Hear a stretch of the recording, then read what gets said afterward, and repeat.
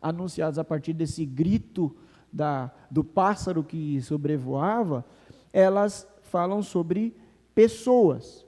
Mas o que é importante a gente destacar e registrar aqui é que não são a todas as pessoas. Isso é importante a gente destacar. Com base no quê? Com base em alguns textos que eu vou compartilhar aqui com a gente, para a gente realmente interpretar que essas pessoas, da qual o pássaro está dizendo, ai das pessoas, não são todas as pessoas do mundo. Então, inclusive, essas pessoas são aquelas que rejeitaram a Deus e perseguem o seu povo. Esse ai é dirigido a essas pessoas e não a outras pessoas. Ele não está dizendo ai dos crentes. Ele não está dizendo ai dos que têm a marca do selo do Cordeiro. Não é. Por que ai? Por que ai se eles vão ser salvos? Não tem ai para eles. O ai é a ideia da ira. Ih, a ira está vindo aí. Ai, vai doer. É ai de dor mesmo. Inclusive, alguns comentaristas pegam a ideia do som que a águia faz, que dá esse ai, né? Parece, o som da águia parece um ai, ai, ai, né?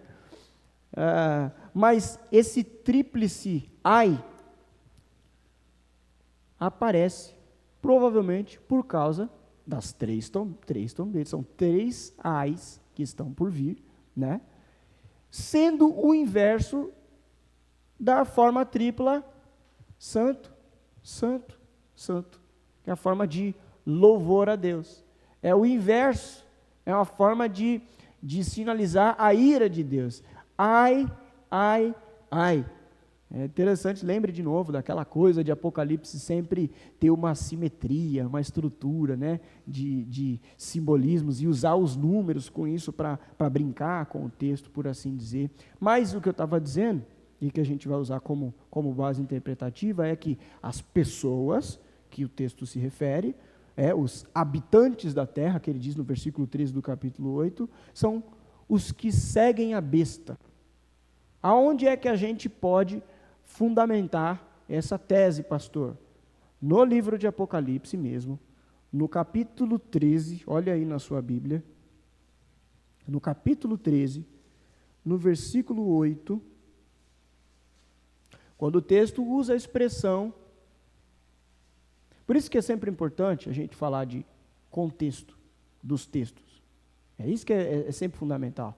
Se você tem uma palavra que aparece, você tem um mesmo livro, o mesmo autor, e ele usa muito aquela palavra, dificilmente ele vai estar usando aquela palavra, sei lá, num capítulo posterior, a mesma palavra, a mesma expressão, com outro sentido. Não faz sentido, né? Então você vê, por exemplo, Paulo, ele fala do Espírito Santo de um modo que, por exemplo, Lucas não fala. Então tem textos de Atos, que é a autoria de Lucas, que Lucas está falando do Espírito Santo de uma forma que Paulo não falaria. E você precisa entender qual é o conceito de Espírito Santo na cabeça de Paulo, para você não pegar aquilo que Paulo chama de Espírito Santo, né? Da mesma coisa. Por isso que dá confusão, por exemplo, aquele texto entre Tiago e Paulo, da questão da justificação pela fé somente. Né? Paulo diz, é só pela fé, justificação. Aí Tiago escreve lá, que as suas obras te justificam. Inclusive, na época da Reforma, isso deu muita confusão, a ponto de ter uma parte, né, dos reformadores que dizia que esse texto de Tiago não podia estar no cânon, porque ele contradizia a ideia de justificação pela fé somente. Mas parece que Paulo e Tiago estão se contradizendo, mas na verdade não, eles estão se complementando, mas é que a forma de um explicar, sabe quando você está discutindo com um amigo, e aí alguém vem de fora e fala assim, vocês estão discutindo aí, mas vocês estão falando a mesma coisa? Já viu isso? Acontecer isso, você fala, não, você não está entendendo, eu estou explicando assim, o outro fala, não, é isso, aí alguém vem e fala, vocês estão falando a mesma coisa, só que de forma diferente. Já aconteceu isso com você? Então, acontece isso com os textos bíblicos. Então, um dos critérios não é só a gente usar outros textos para fundamentar a tese. É você usar o próprio contexto do livro, da carta, da poesia, sei lá, do que a gente está examinando, para entender. Poxa, todas as vezes que ele usa essa expressão, ela está acompanhada do quê? Ele está querendo dizer o quê? Então, João usou a expressão aqui, os habitantes da terra, os que habitam na terra, né? Como que no capítulo 13, versículo 8, aparece os habitantes da terra? Versículo 8, capítulo 13. Vamos pegar o precedente, né? Versículo 7. Foi-lhe dado também que pelejasse contra os santos e os vencesse. Deu-se-lhe ainda autoridade sobre cada tribo, povo, língua e nação, e adorá-lo-ão todos os que habitam sobre a terra, aqueles cujos nomes não foram escritos no livro da vida do Cordeiro. Percebe? Ele está definindo que esses que habitam sobre a terra não estão com seu nome escrito no livro do Cordeiro. Isso é um exemplo, tem mais. Capítulo 17, versículo 8.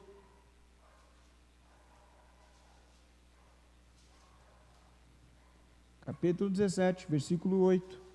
A besta que viste era e não é, está para emergir do abismo. O abismo também está no nosso texto lá do capítulo 9, hein? Então tem mais um paralelismo de encontro aí. Emergir do abismo e caminha para a destruição, e aqueles que habitam sobre a terra, vírgula, cujos nomes não foram escritos no livro da vida desde a fundação do mundo. Então, viu como está associado abismo, destruição sobre aqueles. Lembra que eu falei? Apocalipse é sempre cíclico. Por isso que você vai encontrar coisas repetidas, coisas parecidas, sentenças parecidas, frases, né, artigos, adjetivos parecidos, porque ele está indo e voltando, indo e voltando. Então, os que habitam na terra, ele não está falando de ai de todos os seres humanos que moram no mundo.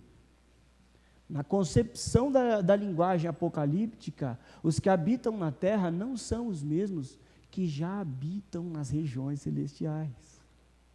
Isso é um conceito cristão muito importante para nós. Paulo, por exemplo, explorou muito isso. Essa ideia de que nós somos cidadãos dos céus.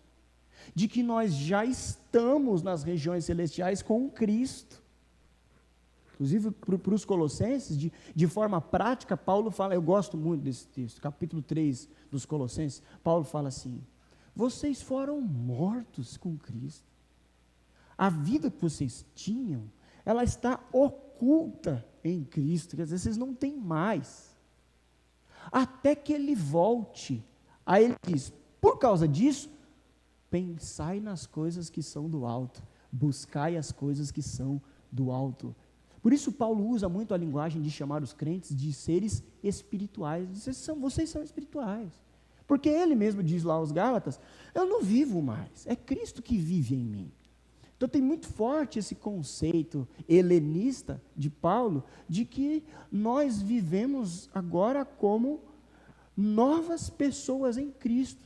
Que a nossa velha natureza, você já ouviu essa expressão, ela foi morta na sexta-feira passada, com Cristo na cruz, e que no domingo passado, nós ressuscitamos com Ele.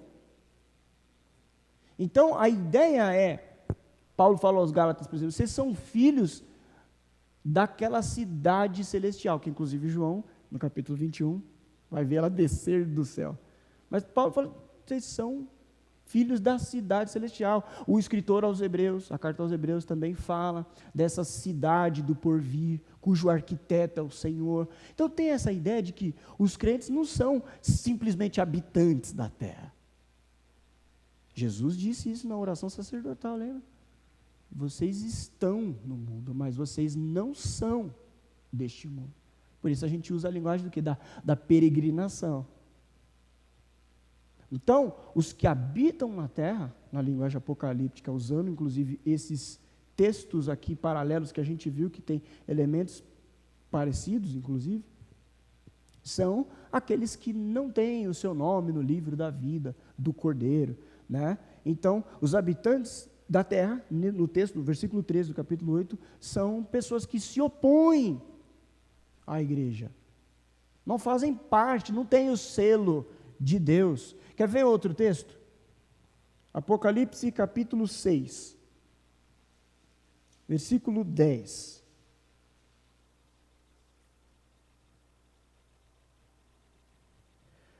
Olha só, Apocalipse capítulo 6, versículo 10, é aquele texto que a gente já leu, daqueles que habitam, dizendo: o Senhor não vai clamar, não, o Senhor não vai vingar, nosso sangue, clamaram em grande voz, dizendo: até quando? Ó soberano Senhor, santo e verdadeiro, não julgas e nem vingas o nosso sangue. Ou seja, se o que está por vir agora, com esse ai, é juízo, é ira, e lembra que a gente leu que os santos clamam, oram, pedem, e Deus diz: espera que eu vou responder. Junta essas peças do quebra-cabeça. O povo de Deus, que tem acesso às regiões celestiais, agora por causa do sangue do Cordeiro, lembra? Eles clamam: não vai vingar o nosso sangue. A trombeta está tocando, dizendo: ai, ai, ai, daqueles que habitam na terra. Por quê? Porque serão julgados, serão atormentados. A gente vai ver no decorrer do texto. Só mais um textinho, só para a gente retomar, o capítulo 11 de Apocalipse, versículo 10.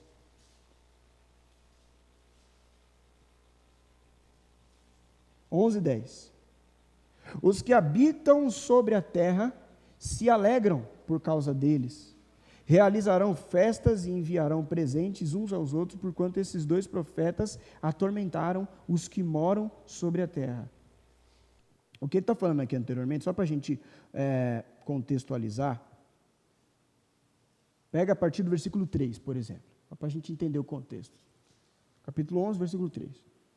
Darei as minhas duas testemunhas que profetizem por 1260 dias, vestidas de pano de saco. São essas as duas oliveiras, os dois candeeiros que se acham em pé diante do Senhor da terra.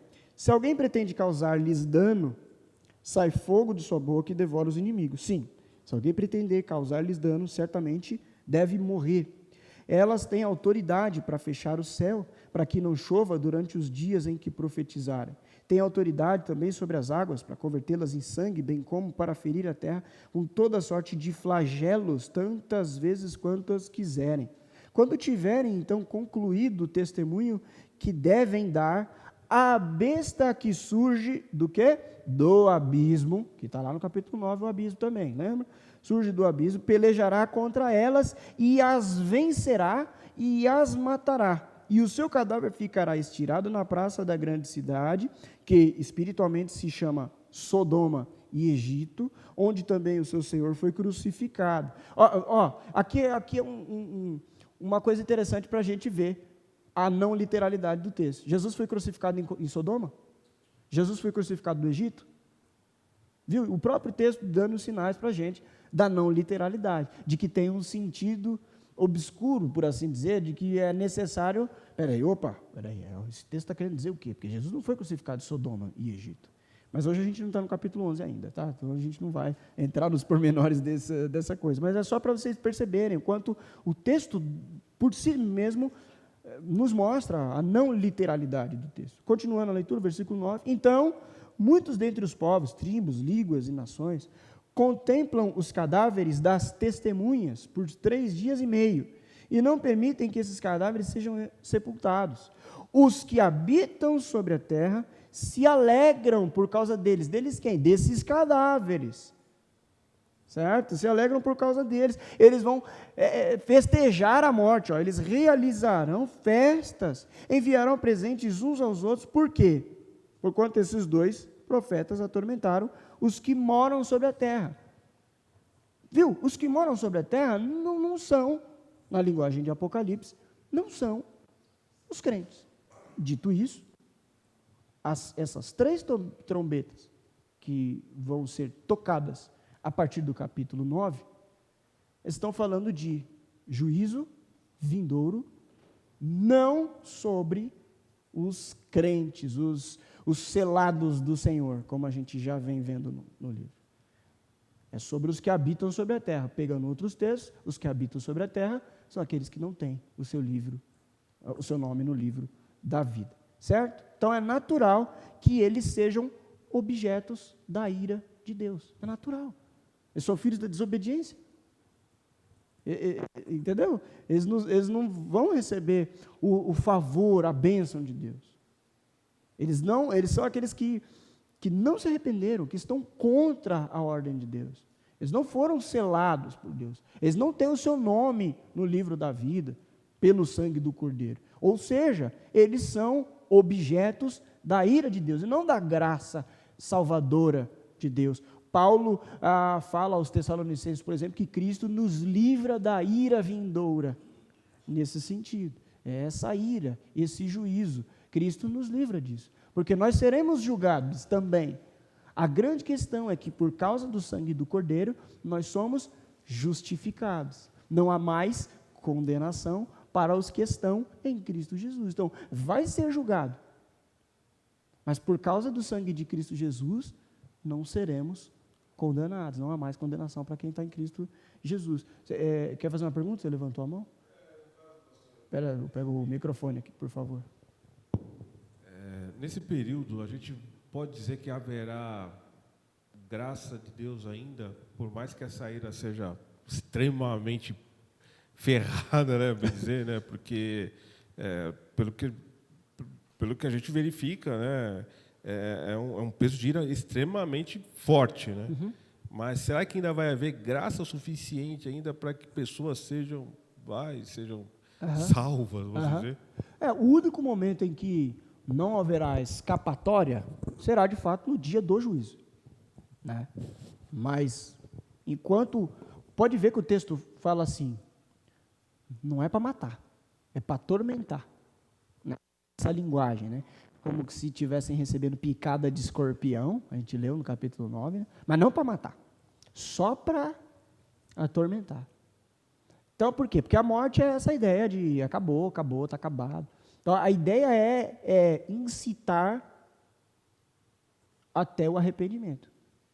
Caso não haja, você sabe qual é o destino. Então, isso vem como o juízo de Deus é sempre com esse propósito. Pensa você que já é cristão, que já crê em Cristo Jesus, que tem tentado se santificar, mas que por vezes peca.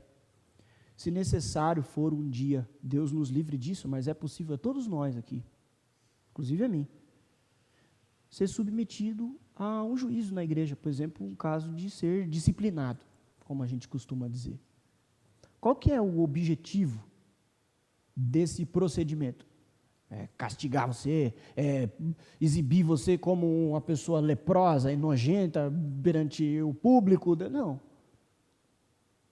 Esse juízo é executado sobre a sua vida para arrependimento, para te salvar, para te livrar disso.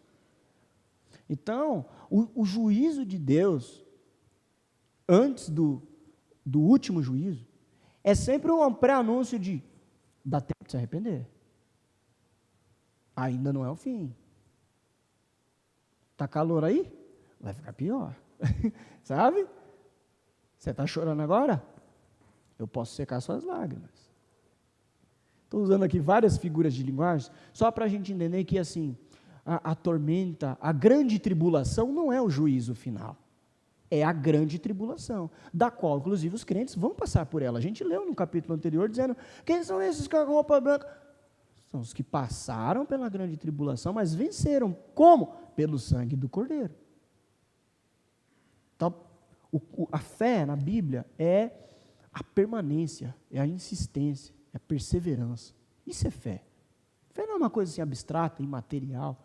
Não, a fé é o firme fundamento das coisas que não se veem, mas que você, como a gente costuma dizer no popular, você jura de pé junto. Entendeu? Isso é fé. Eu creio. Por isso permaneço. Por isso eu insisto. Mas está doendo. Mas eu creio. Mas está chorando. Mas eu creio. Então, a fé, que é o que nos salva, né? A Bíblia coloca isso, a fé em Deus vai salvar. O que crê, será salvo. Ponto. Deus amou o mundo de tal maneira que deu seu Filho, para que todo aquele que nele crê, não morra, mas tem a vida eterna. Então, a fé está em jogo nessa questão, ela é fundamental. Por isso que o ataque do inimigo é justamente nessa área, na nossa fé. Ele quer abalar a nossa fé, mas não simplesmente abalar no sentido de fazer você faltar na igreja no domingo. Ele quer fazer você desistir desse negócio de seguir Jesus. Ele quer te convencer de que isso não vale a pena. Não vale a pena. Fé por fé tem um monte. Por que você vai ficar? Entendeu? Até as outras formas de fé são estratégias, inclusive, para fazer você desviar da verdadeira fé. Que não é a fé presbiteriana, necessariamente, mas é a fé em Deus.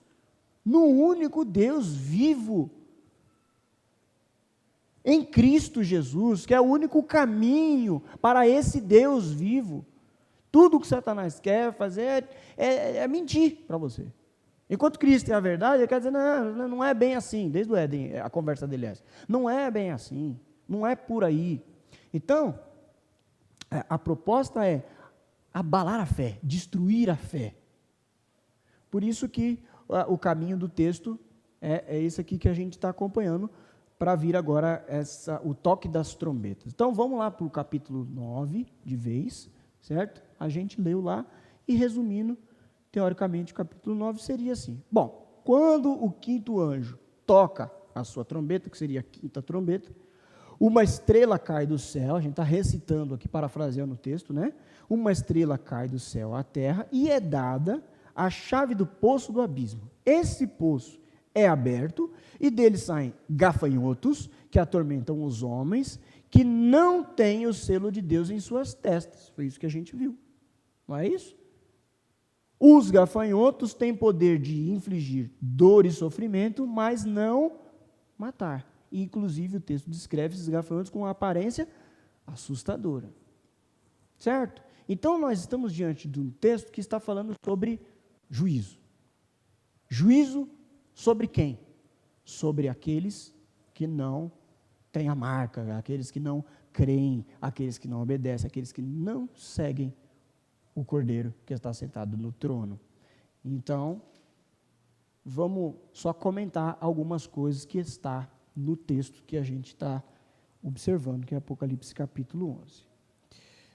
O texto fala já no começo, né? O quinto anjo tocou a trombeta e vi uma estrela caída do céu na terra, e foi-lhe dada a chave do poço do abismo. Essa questão, ela tem muita divergência nos comentários por aí que você for pesquisar. Alguns vão comentar que essa estrela caída é uma referência a Satanás, diretamente.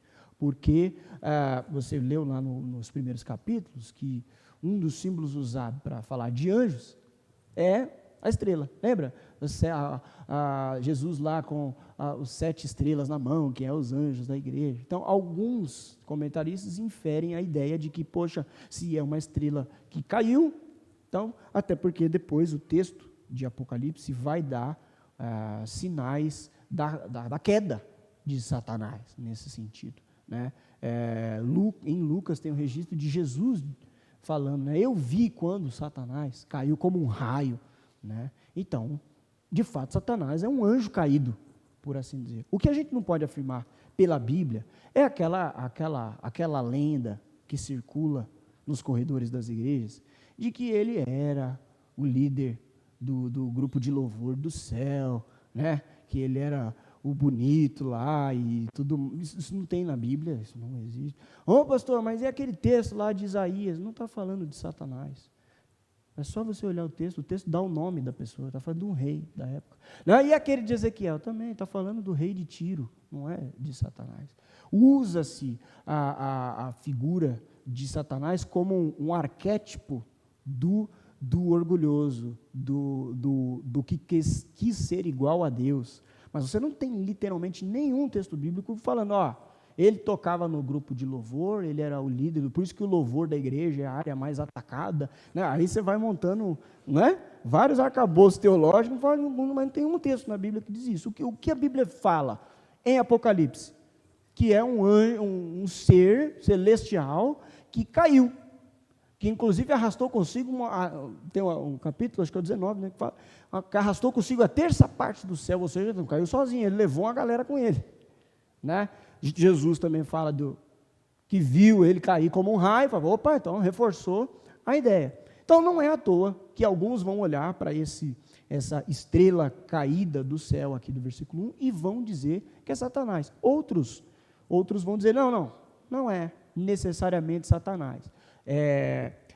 E aí, por que esses outros irmãos vão dizer que não é necessariamente Satanás, que pode ser sim um anjo caído, mas não necessariamente Satanás? Porque mais para frente, a gente vai comentar lá no versículo 11, ele vai falar de alguém, vai dar o nome de alguém, inclusive, né? Então, e aí a gente vai chegar no versículo 11, vocês vão entender por que alguns irmãos acreditam que essa estrela que caiu não é Satanás. Mas o que precisa, apesar disso, ficar claro, é que nós estamos falando sim de uma situação que envolve demônio e inferno.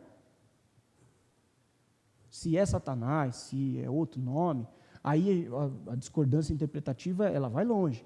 Mas o texto diz claramente, olha, a estrela caiu do céu para a terra e o abismo foi aberto. E a palavra abismo aqui não é um mero buraco. A ideia é de quase que um túnel, um poço sem fundo, que, só para a gente entender aqui a mentalidade da época, né? Vocês já viram a expressão Hades, né? Que era Hades não é o inferno na cabeça do grego. Hades é o reino dos mortos. Inclusive você tinha na mitologia o Hades, né? Que era o deus dos mortos. O Hades no grego é o equivalente ao Sheol no hebraico, que é a sepultura. Esse conceito de inferno que a gente tem como um lugar pegando fogo, com o caldeirão lá, com Satanás, com o tridente lá, isso aí veio depois do Dante Alighieri, com a Divina Comédia lá, que tem os andares do inferno lá, e diz que no quinto dos infernos, né, tem... Essa imagem é muito mais extra-bíblica do que da Bíblia. A Bíblia fala, quando ela fala de fogo, enxofre, ranger de dentes, inclusive, algumas vezes, quando Jesus, por exemplo, fala, né, para nós foi traduzido como inferno, mas às vezes Jesus usa a palavra lá no grego, Geena, ele estava falando de um lugar específico ali. E lugares, inclusive, onde cadáveres eram queimados, lugares como lixões a céu aberto. Então, é como se Jesus estivesse dizendo, olha, é assim para a eternidade. É como aquele Guiena, esse vale onde cadáveres são queimados e é sujo e é tormentoso. Então, ele descreve, por assim dizer, para mexer com o imaginário de dizer, é terrível. O juízo de Deus, o lugar para onde vai, aqueles que serão condenados, vai ser terrível. Mas a ideia do grego é que morria e ia para o Hades, né? Tanto que no credo apostólico, nas primeiras versões, está lá que Jesus foi morto, sepultado, desceu ao Hades, né? Aí depois mudaram, foi ao inferno, mas o Hades é equivalente ao Sheol no Antigo Testamento, que era o quê? A sepultura. Sheol literalmente é buraco, foi para o buraco. Então, tanto é que você vê no Antigo Testamento a ideia de que os crentes iam para o seio de Abraão no Antigo Testamento, que é a ideia do paraíso, do porvir, do lugar ao lado de Deus. Sempre teve essa pretensão, essa interpretação teológica de dizer, não, os crentes não ficam no buraco, não ficam no Sheol. A carne, né, volta para o pó, mas o espírito volta para Deus. Isso está desde o Antigo Testamento, essa ideia, essa tentativa de formulação teológica, tanto que há uma diferença entre fariseus e saduceus, uns acreditam em ressurreição, outros não. Assim, gente, as discussões teológicas, elas vão assim, para muitos lados, não, sabe, é muita coisa para a gente perceber, estudar e ir analisando no texto. Então, a ideia de poço do abismo aqui não é a mesma coisa que o reino dos mortos. Ele não estava falando, a estrela abriu o poço onde os mortos estão. Não, na verdade é dizer assim, ele abriu o inferno. E aí é a morada dos demônios mesmo, por assim dizer. É como se esses gafanhotos que vão sair como uma fumaça desse abismo, é como se Deus desse ordem e permissão para que eles atormentassem os que habitam na terra. Entendeu agora, assim, a abrangência disso? É como se Deus desse, na sua soberania, a autoridade, a permissão, para que os desobedientes fossem realmente atormentados por seres, amando de Deus, que provém do abismo. Não são anjos que vêm do céu, mas são seres que saem do abismo. E aí a linguagem que ele usa para falar dessa fumaça preta que sai, que escurece o céu e tudo mais, ele fala assim, é como se fosse uma nuvem de gafanhotos. E aí é importante a gente comentar o gafanhotos, porque em Êxodo 10, lá na saída do Egito, uma das pragas sinalizadoras do juízo de Deus sobre os egípcios foi gafanhotos. Joel capítulo 2, por exemplo, fala que no último dia, né, no dia do Senhor, haverá nuvem de gafanhotos. Então, gafanhotos sempre prefiguram o juízo de Deus. A linguagem do gafanhoto na cabeça do judeu, João é um judeu, é essa ideia de, tem nuvem de gafanhoto? Então, já sei o que é isso é juízo de Deus. Entendeu? Isso, gafanhotos com poder de escorpião, a gente vai comentar isso, está mais para frente no texto, porque por enquanto ainda no versículo 3. Então, esses gafanhotos, eles saem do poço do abismo da terra, que é um lugar que simboliza a morada dos espíritos malignos. Eu quero destacar aqui um comentário do Grant Osborne, que é um comentarista de Apocalipse, e ele diz assim: Deus concede aos gafanhotos autoridade sobre os habitantes da terra e também lhes dá poder para infligir sofrimentos a eles, que é o que o Paulo, por exemplo, está comentando, né? Esse gafanhoto descrito aqui no texto, que tem uma aparência terrível, né? Cabelo comprido, dente de leão, né? Uma couraça, então assim, e inclusive tem uma parte aqui que eu achei bem interessante, para você ver como deixa eu ver aqui, versículo 7, o aspecto dos gafanhotos era semelhante a cavalos preparados para a peleja, na sua cabeça havia como que coroas parecendo de ouro, e o seu rosto era como o rosto de homem, tinha cabelos como cabelo de mulheres, e os seus dentes como de leão. Então, é sempre aquela linguagem que eu falei, é como se fosse, não é isso exatamente, mas era semelhante, era como se fosse. Ele está tentando descrever a estranheza desses gafanhotos, a feiura desses gafanhotos. Parece que tem dente de leão, cabelo de mulher, não sei, é um bicho estranho.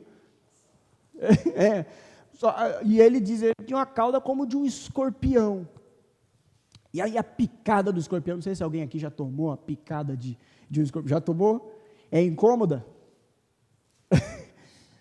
Então pensa, o texto está falando assim, ia ficar tomando picada de escorpião durante 5 meses.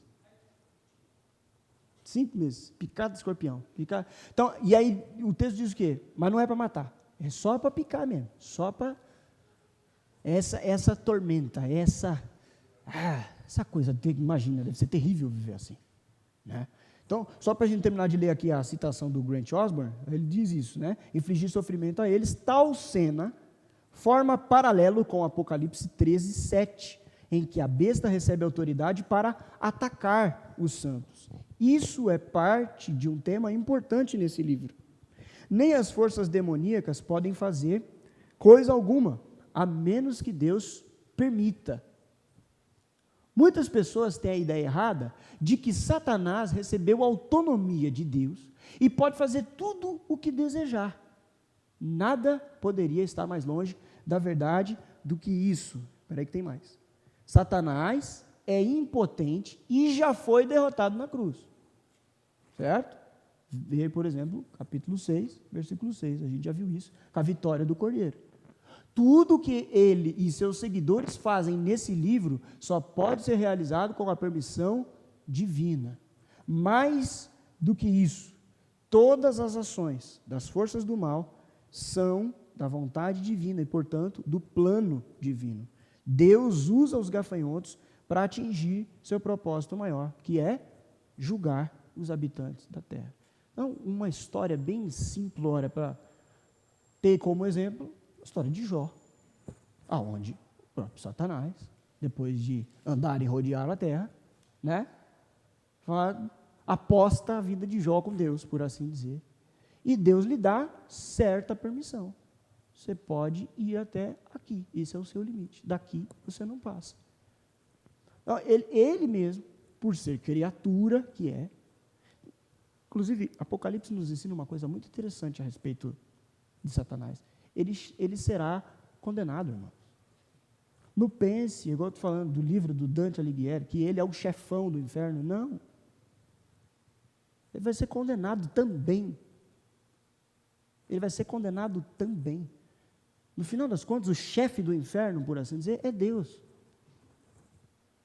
Porque é Ele quem aponta quem vai ser condenado e quem será salvo. É Ele que decide, Ele é o Senhor da história, Ele é Deus. Não há nada antes dEle e, portanto, não haverá ninguém além dEle.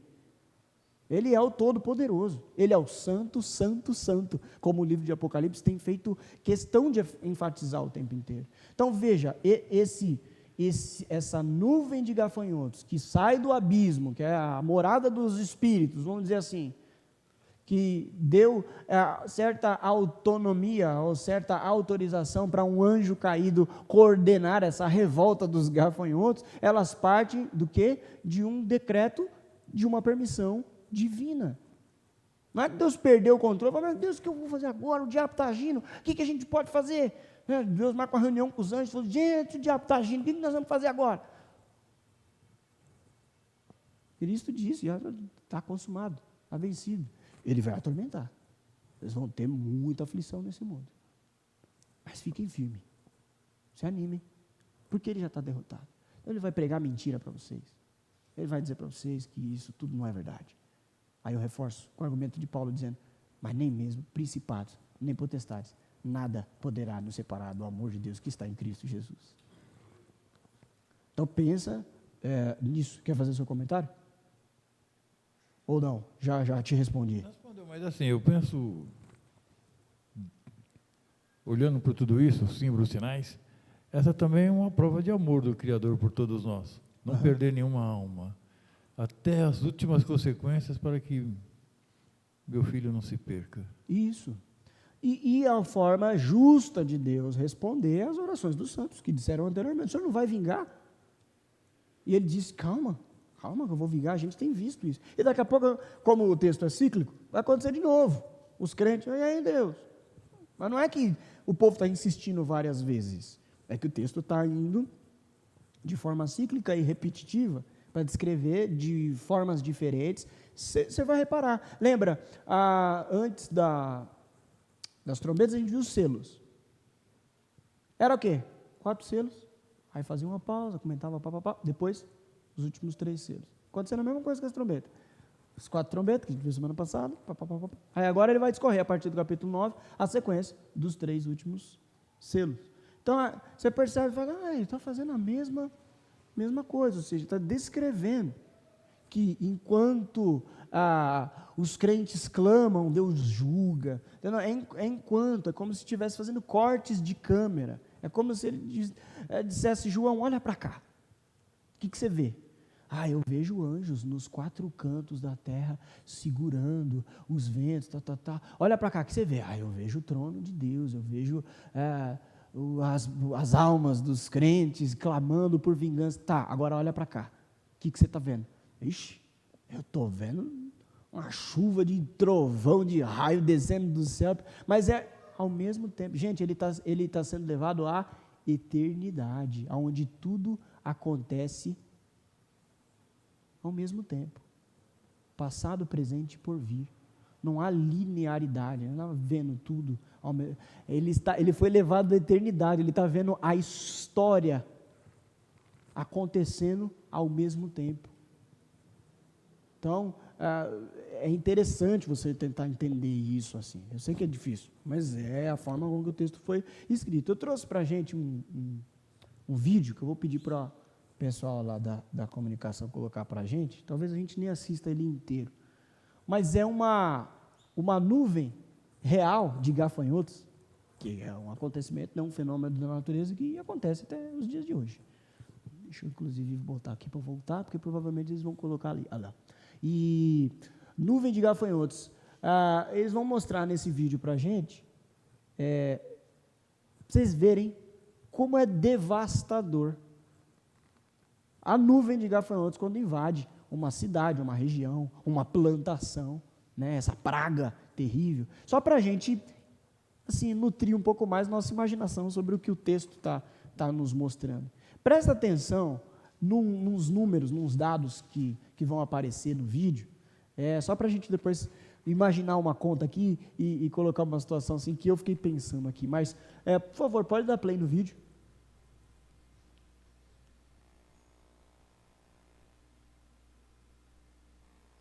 Opa, aí, olha lá. Está sem som aqui, tá? Olha lá, nuvem de gafanhotos, olha isso. Terrível, ó.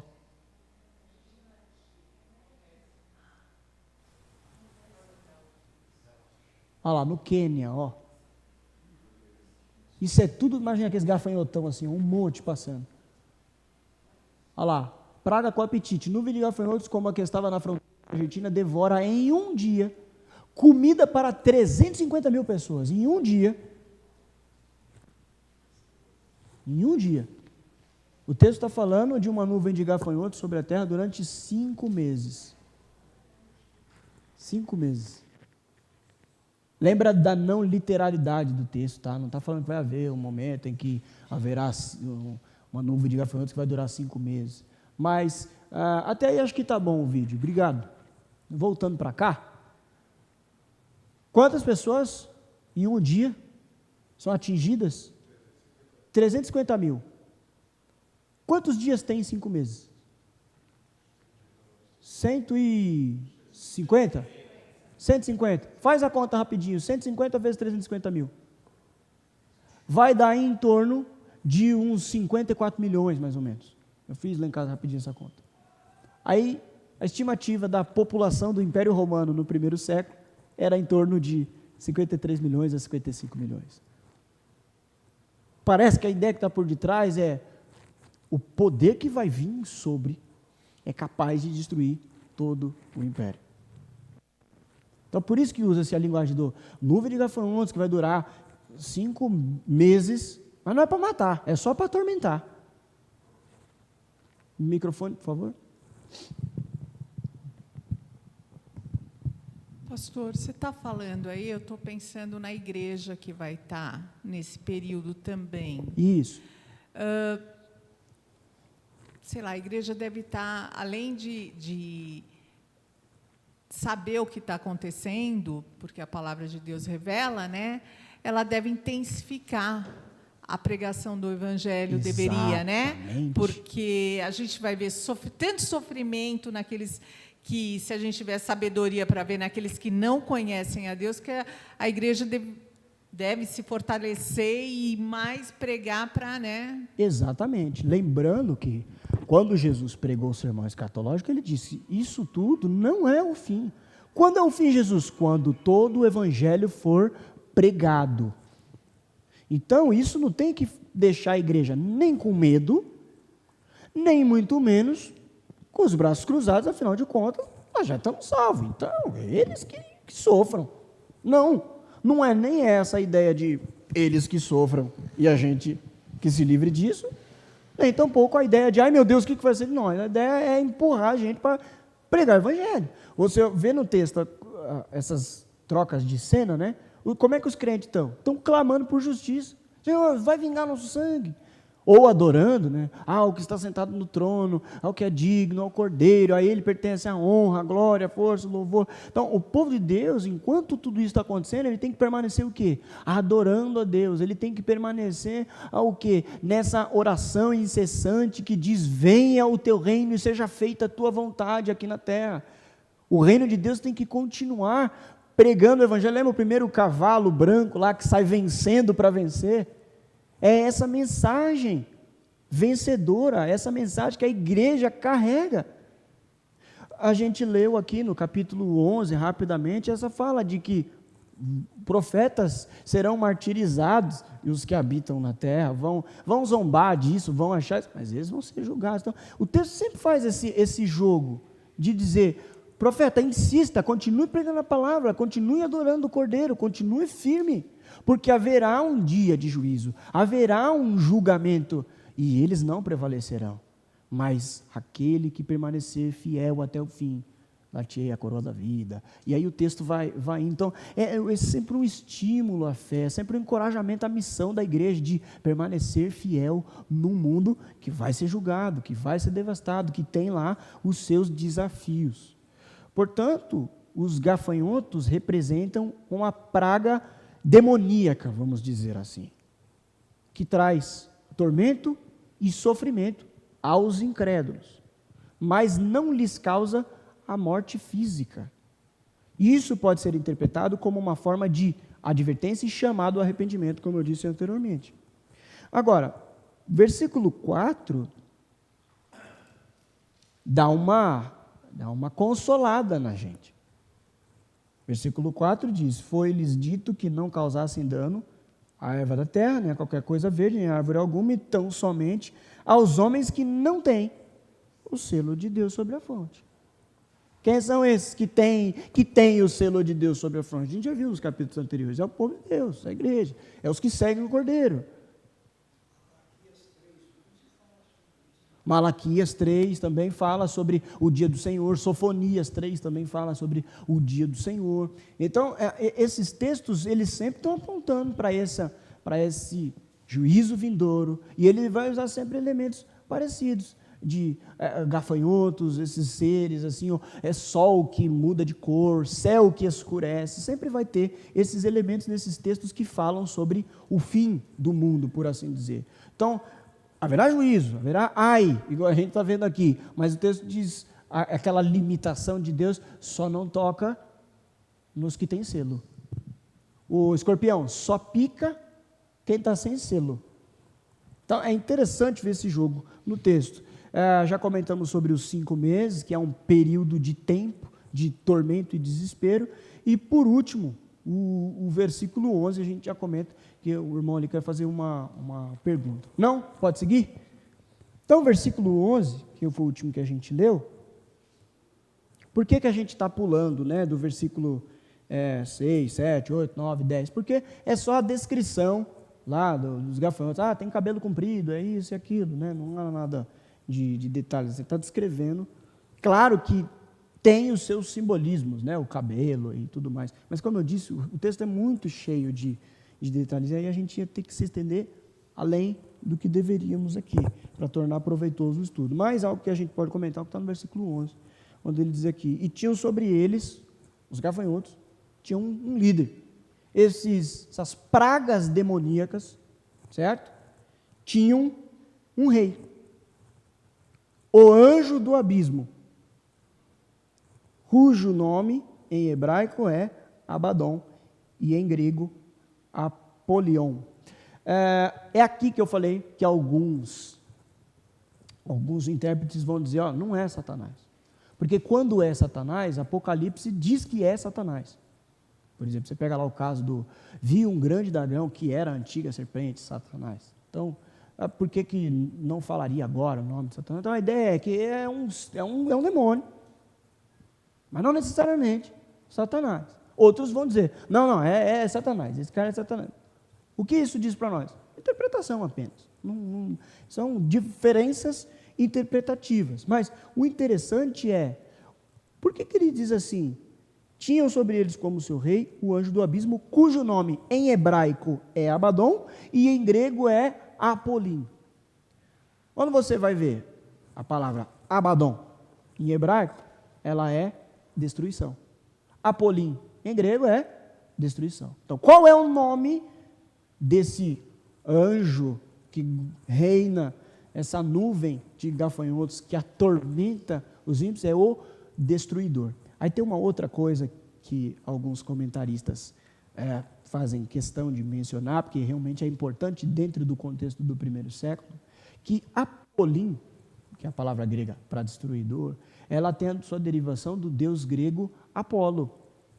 E a ideia é que, na época em que Apocalipse foi escrito, Domiciano, que era o imperador da época, ele alegava ser uma encarnação de Apolo. O texto também tem um pouco dessa cutucada, o tempo todo, Apocalipse, a gente nunca pode esquecer disso, gente. Lá no capítulo 1, lembra?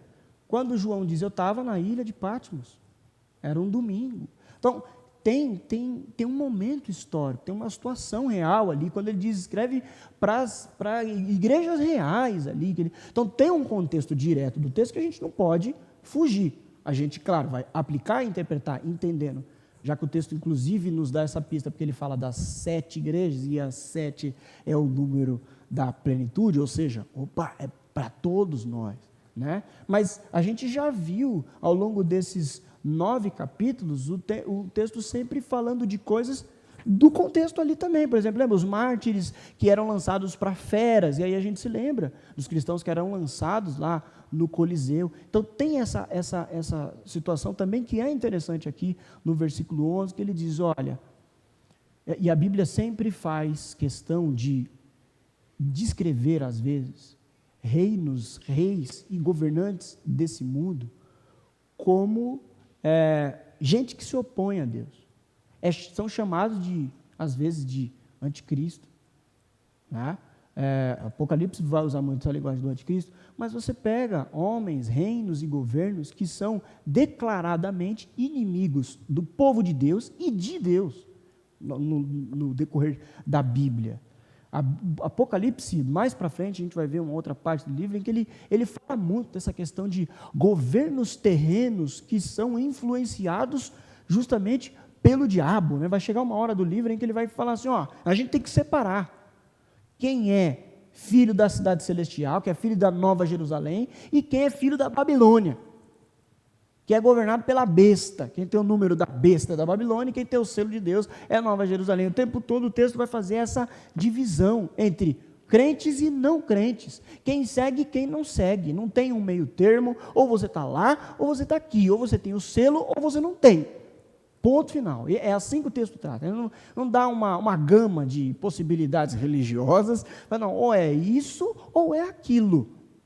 Então, não é estranho imaginar que de alguma forma, na literatura apocalíptica, João poderia sim estar fazendo menção ao imperador Domiciano, dizendo, ele não é de Deus. Porque essa semana saiu a notícia de que um movimento aí apareceu com uma foto na crucificação de Jesus e colocou na foto os dizeres ladrão bom é ladrão morto, atacando a igreja cristã. Então, a gente percebe que realmente esse movimento que vai contra a igreja cristã é muito forte. Sim. Muito forte e está cada vez se alastrando mais. E Deus está mostrando através dos acontecimentos, né? E essa semana 2 acontecimentos que destruiu muitos lugares, para que a humanidade possa prestar atenção nisso. Exatamente. Então Deus está avisando, quer dizer, nós estamos realmente caminhando para um tempo do final, que a gente não sabe quando, mas pode ser hoje, amanhã, ou daqui 1000 anos, só Deus sabe. Mas Ele está instruindo. E quanto à igreja, eu vejo que, por exemplo, hoje, no século que nós estamos, com toda a facilidade que hoje a igreja tem em suas mãos para pregar o Evangelho, dificilmente você encontra um lugar que não ouviu falar do Evangelho. Dificilmente. Nos lugares mais distantes do mundo, dessa terra, dos lugares mais difíceis, de alguma forma, até meio das transmissões que está havendo, a igreja está presente no mundo. Ela está presente, ela não está ausente, não. Então, a gente tem que ficar alerta. Vigiar, realmente, vigiar. Nós que conhecemos a verdade, temos que ficar vigilantes. Isso mesmo. Isso aí. Bom comentário, é isso aí mesmo. Conclusão, então. Esse capítulo nos oferece a oportunidade de refletir sobre a natureza dos juízos divinos e a importância do arrependimento e da redenção. Que é justamente o que o irmão Adolfo está comentando agora. É olhar para esses sinais e ver neles oportunidade de anunciar o Evangelho, oportunidade de chamar pecadores ao arrependimento, porque certamente ainda não é o fim, mas quando for, não haverá mais possibilidade. Acabou. É o juízo final, juízo último. Esse capítulo fala muito disso, que haverá tormenta, mas calma, ainda não é o fim, ainda não é para matar, é só para picar escorpião. Só não pica os que têm o selo. O resto, pode picar tudo. Esse texto também fala sobre a verdadeira mensagem, é que as forças demoníacas são organizadas. Tem um chefão, tem um cara que coordena um exército, coordena, tem um rei. São organizadas, são poderosas, porque vocês viram o que uma nuvem de gafanhotos pode fazer em um dia. Imaginem em 5 meses. Destruição terrível. E elas são também amedrontadoras, porque o que João viu não foi bonito. Ele falou, esse negócio é estranho. Tem dente de leão, cabelo de mulher. Então, entender que a gente não está falando de algo que é brincadeira, gente. A realidade espiritual é uma realidade amedrontadora, poderosa, astuciosa.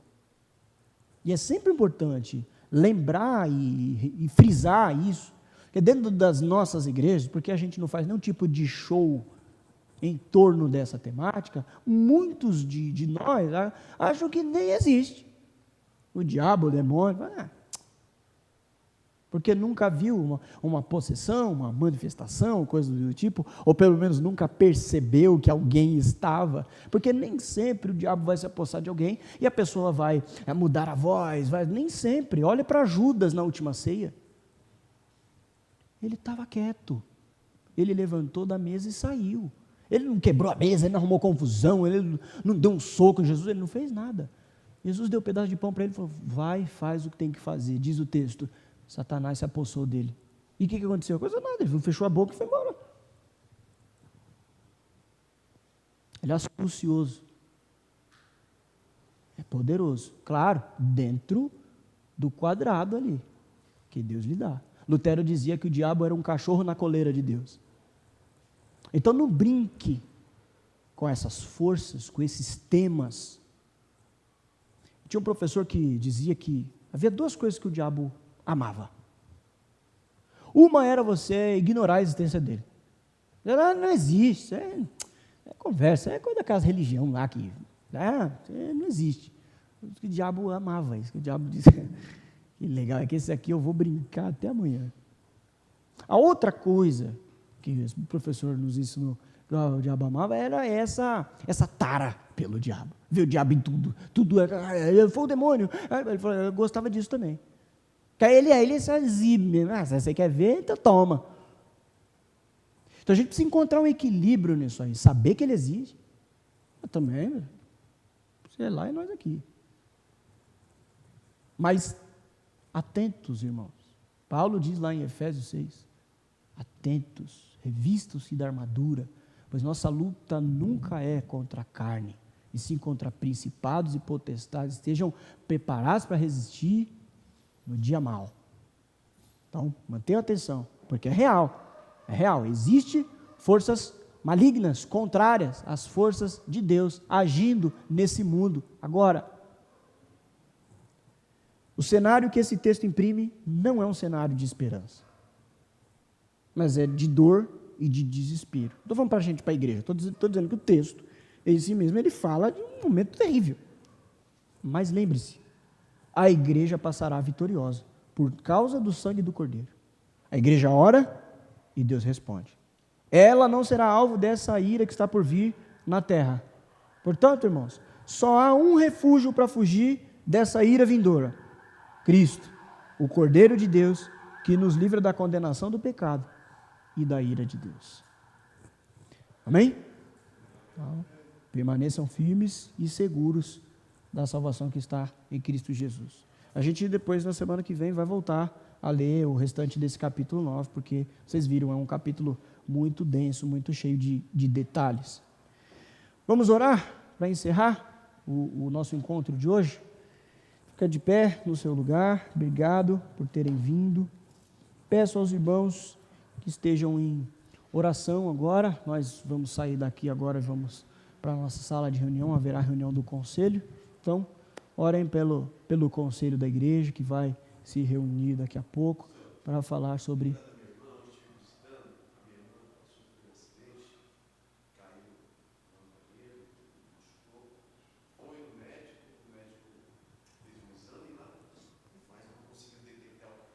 Uhum. E talvez ela tenha que passar por uma ressonância magnética, que é mais precisa, né? Mas ela está com as dores, suspeita do médico de hoje, ou suspeita que ela tenha suspeita, mas só faz esse exame. Uhum. A ressonância pode olhar por ela, não pode fazer nada. Ela já não estava muito legal, né, assim,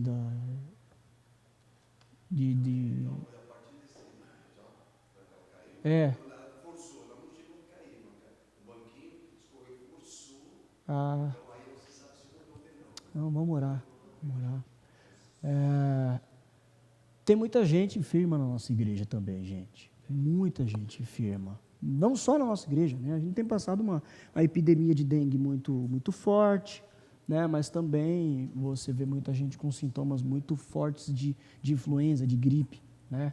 Gente que com febre altíssima, muita dor no corpo, e assim, claro que se a gente for tentar falar de todos aqui, a gente vai falhar, porque realmente é muita gente. É gente em estado de hospital, uns já estão melhorando, recuperando. Encontrei com a Giovana agora há pouco, que era uma dessas que estava doente, ela disse que se sente melhor, ainda aspira alguns cuidados, mas é melhor. Lucas Dória, né, a família Turcinski, né, a Luciana, o Zé Carlos, a Roseli, a família da Tamires, do Renan, do Luca e do João Pedro, muitos irmãos do nosso. A minha cunhada também está com muito medo. Minha cunhada já teve câncer.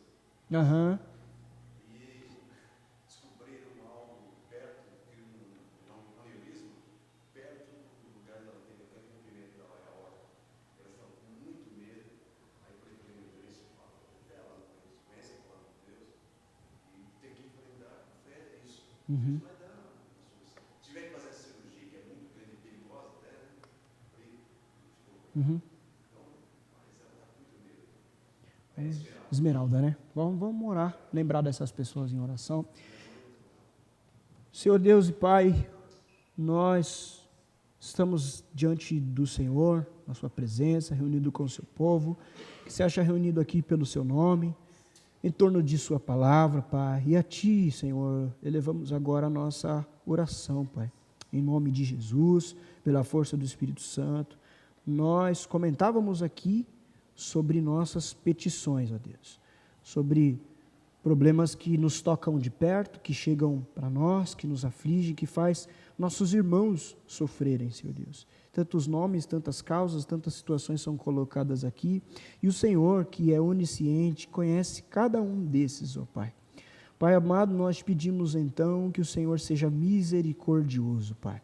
Haja com graça sobre essas vidas, ó Deus, e, ó Deus, os abençoe e os favoreça, ó Deus, em nome de Jesus, nós te suplicamos, para que essas pessoas, dentro do tempo e do momento que o Senhor preparou, o Senhor possa produzir ânimo, saúde, revigorar as forças. Contudo, nós insistimos que eles não percam a fé, ó Pai, porque ela de fato nos salva, porque, ó Deus, ela é que nos sustenta em meio às tempestades e às tormentas. Inclusive, nós temos aprendido isso, Pai, nos estudos neste livro registrado na Sua Palavra, o livro de Apocalipse. Nós temos aprendido, ó Deus, que é firmados em Cristo, que é firmados pela fé, que a nossa vitória ela é rompida pela fé, ó Pai.